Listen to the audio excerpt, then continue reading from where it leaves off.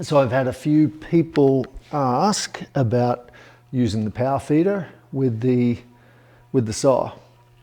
So I'll just run that for you now.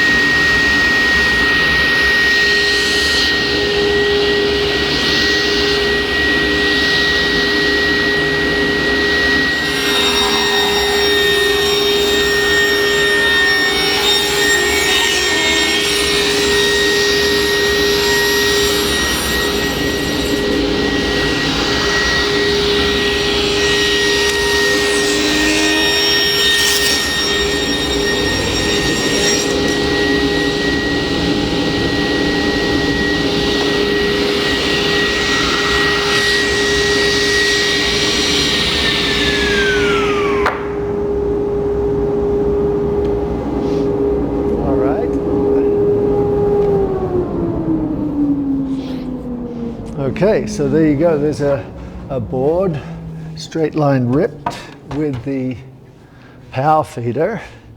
What I should do though is just move that out of the way. Let's just get rid of that blade.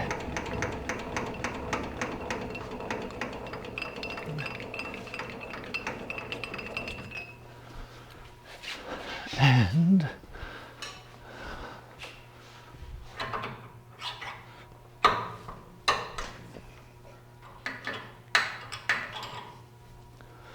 that's perfect. Pardon me.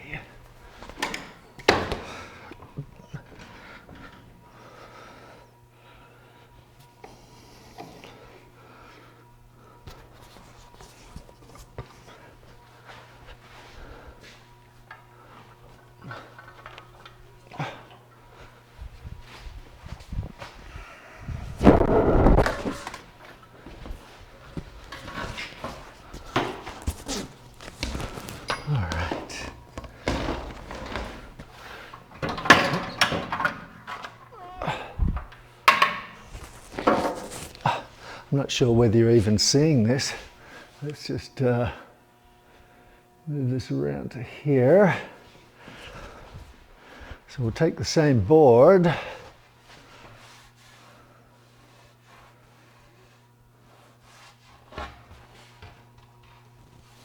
It's really hard when it's not rough sawn. Anyway. Change it to the shaper, to the planer.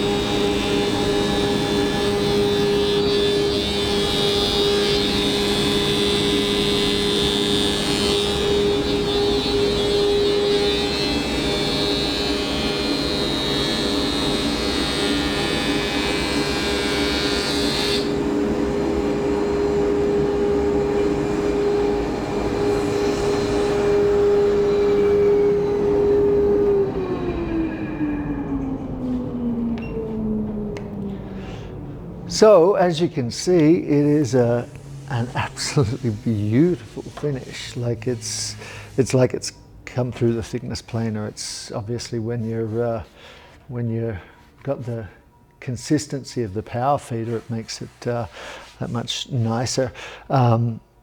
but it is so much easier on the body, obviously, doing it this way. So maybe not with 4/4 material like this, but certainly 8/4 and bigger and wider and longer and all the rest of it.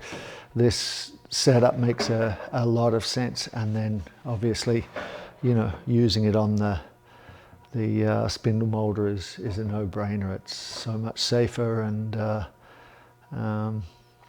yeah. So anyway, so that's sort of how it works. You either have it here, have it there, and for the most part, I typically use it on the shaper. So anyway, thanks for watching, and don't forget to hit like and subscribe, and we'll see you next video. Thanks.